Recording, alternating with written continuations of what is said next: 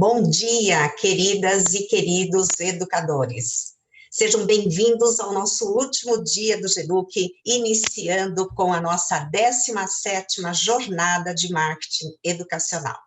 Espero que estejam aproveitando ao máximo todo o conteúdo que nós preparamos para vocês com muito carinho. Bom, vamos iniciar então aqui a nossa programação. Então, bom dia a todos. Então, eu sou a Andrea Tavares. Vou conversar um pouquinho com vocês sobre Data Driven, falar um pouquinho sobre esse conceito, quem já trabalha também com essa estratégia, como que vocês podem estar ampliando um pouco mais também os insights com relação a esse conceito, e fico à disposição também para as dúvidas que surgirem depois, tá? Então, antes de mais nada, eu acho que é importante entender o que significa esse conceito, né? Então, se a gente for traduzir, né, do inglês para o português, Data significa dados e driven significa direção, dirigir. Então, propriamente como o nome diz, né, então seriam criação de estratégias de marketing baseadas em dados, baseadas em informações. Então, criar insights, trabalhar exatamente com todo o funil de matrícula e de rematrícula, de fidelização e de conquista, pensando exatamente nessas informações. Então, como foi colocado na palestra já anterior, informação é muito relevante para que a gente consiga realmente entender aonde a gente está pisando, e se a gente realmente não tem dado, a gente acaba desenvolvendo diversas estratégias de uma forma realmente muito incoerente, atirando para todo lado, e a gente acaba perdendo tempo, perdendo dinheiro e perdendo também a experiência do nosso pai e do nosso aluno, tá?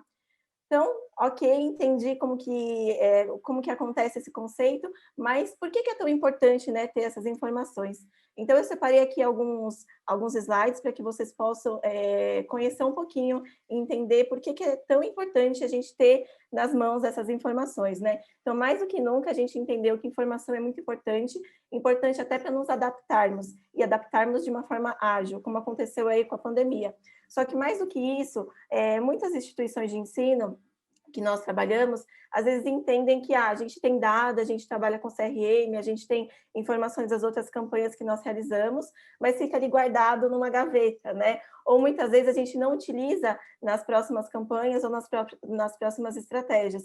Então, é muito importante não só ter o dado, mas saber analisar esse dado, saber interpretar esse dado. E também lembrar que dados isolados, eles podem ter interpretações diferentes quando a gente trabalha com dados realmente agrupados. Então, por exemplo, pensando aí nesse momento de pandemia, que com certeza, se não todas, a maioria das instituições passaram por isso, eu percebi que o meu pai, a família, ela está muito ansiosa, ela está precisando realmente de atenção e ela está reclamando demais.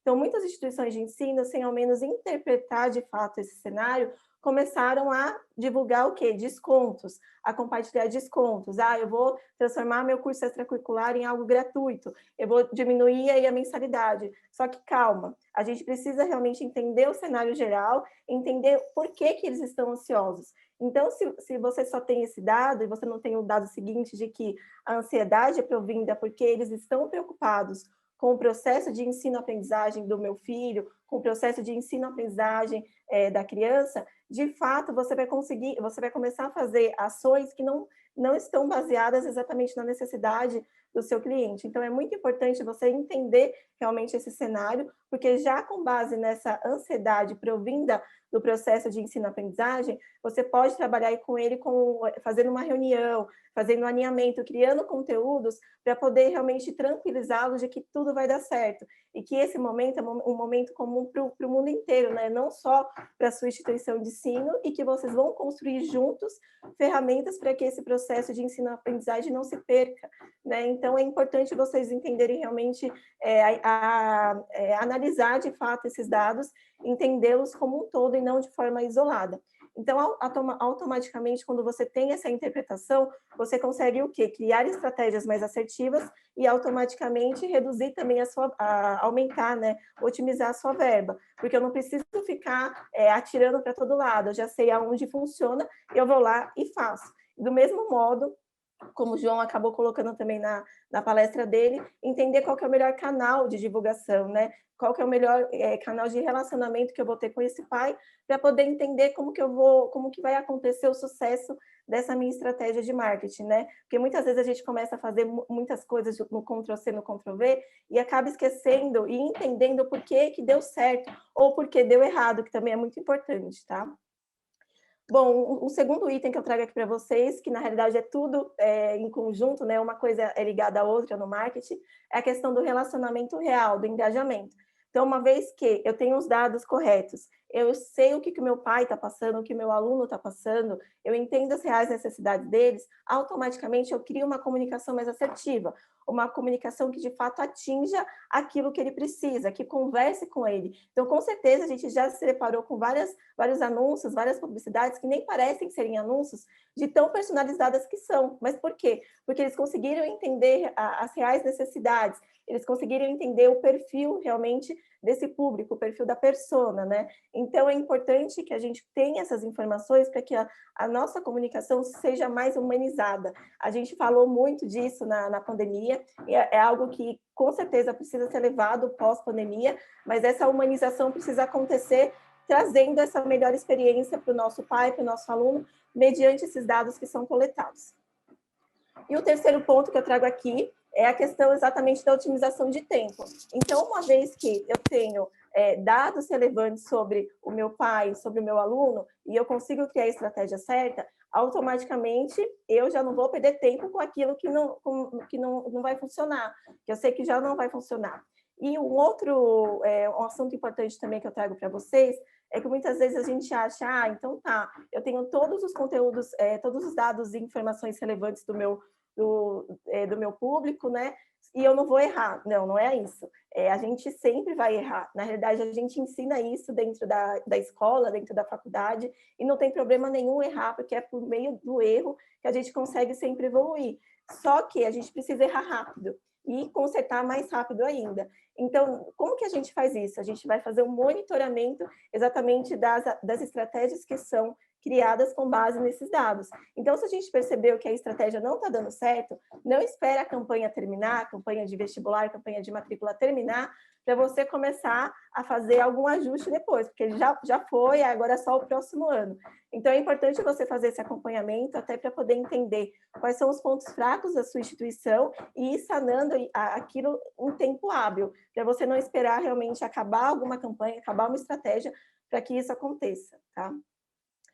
Ok, André, entendi, né? Entendi que os dados são muito importantes, entendi o conceito, quero implementar na minha instituição, mas onde eu acho esses dados, né? Então, o João já comentou um pouquinho, eu vou falar um pouquinho mais sobre essa questão de onde a gente pode estar buscando esses dados.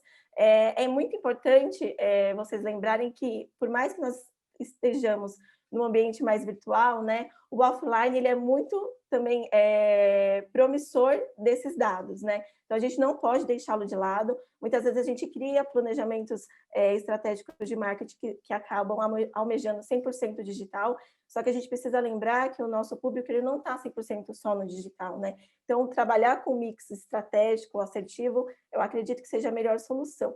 Bom, pensando no marketing offline, é lógico que a gente acaba tendo algumas limitações, até por isso o digital acabou surgindo e a gente acaba tendo uma visibilidade maior no digital, mas no offline a gente consegue também trazer essa humanização. Então, em um atendimento telefônico, por exemplo, eu já consigo captar algumas informações do meu pai que está ligando irritado ou do meu aluno que está perguntando alguma coisa de matrícula, que eu posso transformar isso em um conteúdo, em uma publicação nas redes sociais. A questão das mídias tradicionais, então TV, rádio, revista, também a gente consegue ter informações, né? Normalmente, quando é feita a aquisição dessas mídias, existe aí um Media Kit, onde tem a questão da audiência, a questão do alcance, probabilidades de pessoas que vão passar por aquele determinado outdoor, mas são sempre dados mais agrupados, né? A gente não consegue segmentá-los tanto quanto o digital, e a gente não consegue fazer ajustes tão rápidos quanto o digital também. Normalmente, a gente precisa esperar a finalização de um contrato para a gente conseguir mudar aquele outdoor, que aquela frase de efeito não deu certo, mas, por isso, é importante a gente fazer esse mix de marketing, tá? E as pesquisas também, né? As pesquisas elas são bem relevantes para serem trabalhadas também essas questões de coleta de conteúdos, pesquisas de satisfação com os pais. Quando você fala de educação básica, dependendo da faixa etária do aluno, o aluno já consegue opinar, então você também consegue passar essa pesquisa junto aos alunos, e instituições de ensino superior com os alunos sem problema algum. Falando um pouquinho do digital, né, que a gente já está mais habituado agora a eles, até porque quem não estava precisou se adaptar, então precisou realmente fazer essa imersão digital. Então a gente consegue, de fato, trazer muitas informações, qualquer interação que o nosso usuário faça, seja um pai ou um aluno, a gente consegue se munir de informações. E, por exemplo, os famosos grupos de WhatsApp, né, que a gente fica louco e tal, mas a gente consegue trazer, pegar informações dali com certeza. Todas aquelas informações que são feitas de uma forma natural, elas têm um poder muito grande, né? Porque falam a realidade daquele indivíduo. E você começa a criar tipos, que a gente chama de personas, para a gente conseguir trabalhar e sempre que criar uma estratégia, olhar para aquela persona e entender se aquela minha comunicação está alinhada com o perfil da minha persona, tá? Bom, então, com relação ao digital, a gente acaba tendo dados mais segmentados, com certeza. A gente consegue fazer ajustes em tempo real, né? Então, a gente consegue fazer esse acompanhamento também em tempo real. Então, isso é muito bom, porque a gente consegue, de fato, entender o que está acontecendo com as nossas campanhas ali, ao vivo, o tempo inteiro. Então, o bom do digital é exatamente essa questão também da disponibilidade que a plataforma nos oferece. E com relação à mensuração, que eu vou passar também um pouco para vocês, como que a gente consegue mensurar esses dados, muitas vezes vocês não precisam contratar uma plataforma à parte para poder analisar e entender esses dados. As próprias plataformas de redes sociais, de Google, de YouTube, nos fornecem essas informações em relatórios, que é super intuitivo que você consegue, de fato, entender o que está acontecendo com o seu mercado. Bom, então, com relação ao Google, a gente tem alguns formatos que a gente pode estar trabalhando, search, a gente pode estar trabalhando com display, podemos estar trabalhando também com o Google Analytics, que o João comentou um pouquinho também. O YouTube, a gente pode estar trabalhando tanto com anúncios quanto com o formato de orgânico, né? Então, você pode estar fazendo ali um canal no YouTube, você deve fazer isso. As divulgações de vídeos são muito relevantes. Com relação às redes sociais, você tem ali as postagens em formato estático, um formato mais carrossel, quando você conta uma história, vídeos são muito bem-vindos, e você consegue trabalhar as redes sociais tanto em formato de anúncio quanto orgânico, criando uma periodicidade de postagens, temáticas relevantes, números do seu ambiente remoto para mostrar a sua instituição viva. O inbound marketing, que é uma estratégia de marketing onde você divulga também conteúdos relevantes com base nessas necessidades, criando artigos, e-books, lives, adaptando eventos presenciais que a gente não conseguiu fazer o ano passado e também esse ano não, mas trazer também lives com relação a esses conteúdos, e a mensuração acontece com base exatamente em cada estratégia que você vai fazer dentro da própria plataforma que você utiliza. Então, eu deixo aqui realmente essa reflexão de como que vocês podem estar utilizando essa estratégia, os dados para a mensuração dos seus resultados e ampliação também desses resultados. E eu finalizo com essa imagem que ela traz essa constelação, né, essas estrelas, para vocês lembrarem que isso que a gente comentou agora é só uma estrelinha no meio da imensidão que nós temos de realmente serviços a serem trabalhados dentro do marketing educacional, e lembrar sempre que a gente está trabalhando com pessoas, né? Então, de nada adianta a gente fazer todo esse trabalho, né, de palestras, de envolvimento, se os nossos colaboradores eles não estão alinhados culturalmente, se eles não estão 100% envolvidos, até porque nós estamos trabalhando com um serviço educacional, que é algo intangível, diferente de uma caneta, no qual você consegue ver o formato, a cor, a espessura. Num serviço, realmente é o rosto de cada pessoa que caracteriza a instituição de ensino, todos são educadores, então é muito importante a gente lembrar de envolver o marketing educacional realmente como um todo e não esquecer de nada desse viés, né? Então, lembrar da experiência, da simplicidade e da adaptação da comunidade educativa como um todo.